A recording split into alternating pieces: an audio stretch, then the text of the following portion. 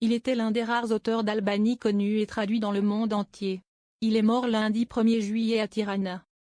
Vous pouvez partager un article en cliquant sur les icônes de partage en haut à droite de celui-ci.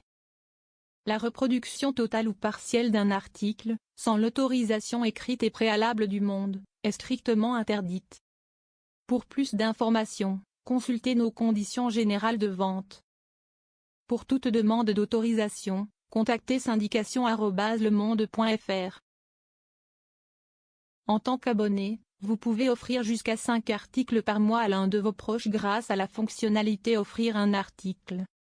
C'est son premier roman, Le général de l'armée morte, paru en 1963 en Albanie et 7 ans plus tard en France chez Albin Michel, qui lui avait apporté la renommée, faisant de lui, instantanément, l'un des rares écrivains albanais connus internationalement. Traduit dans plus de 45 langues et lauréat des plus grands prix littéraires, Man Bouquet, Prince des Asturies, Jérusalem Prize, l'écrivain Ismail Kadare est mort à Tirana, lundi 1er juillet, à l'âge de 88 ans. Il est né le 28 janvier 1936 à Gjirokastër, une ville située à 200 km de Tirana, dans le sud montagneux de l'Albanie. Inscrite au patrimoine de l'UNESCO, elle était connue sous l'Empire byzantin sous le nom d'Argyropolis, la ville d'argent. Cette cité historique joue un rôle important dans son œuvre. Kadare la décrit notamment dans Chronique de la ville de Pierre, Hachette, 1973, ou encore dans son magnifique récit autobiographique La Poupée, Fayard, 2015.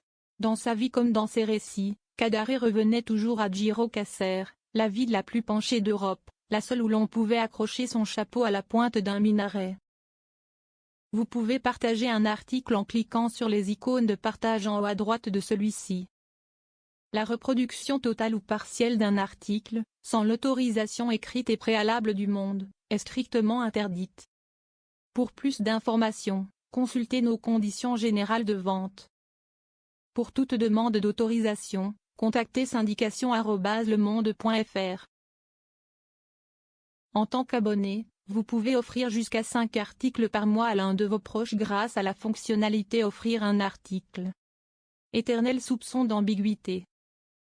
Mais Gjirokastër est aussi le lieu de naissance du dictateur albanais Enver Hoxha, 1908-1985. Ce qui était bien sûr le hasard, mais Kadare trouvait qu'on l'y ramenait un peu trop souvent, à Hoxha, à la dictature, à l'histoire politique de son pays. Qu'on le sommait de s'expliquer sur la façon dont il avait pu ruser ou composer avec le régime, un communisme dont il avait connu à peu près toutes les versions, russe, chinoise puis complètement autarcique. Rencontré par Le Monde en 2001, il ne cachait pas sa lassitude d'avoir à repousser toujours les éternels soupçons d'ambiguïté le concernant lorsqu'on lui parlait de l'Albanie. Ça me dégoûte d'employer tant d'énergie à parler de cela. Au fond, ce qu'on me demande, c'est pourquoi je suis sorti vivant du système ? Mais on pouvait être fusillé pour des choses minuscules, pourquoi aurait-il fallu que je me sacrifie ? Les donneurs de leçons me disent, vous n'avez pas été sincère avec les dictateurs. Mais faut-il être sincère avec des bandits, des fauves ?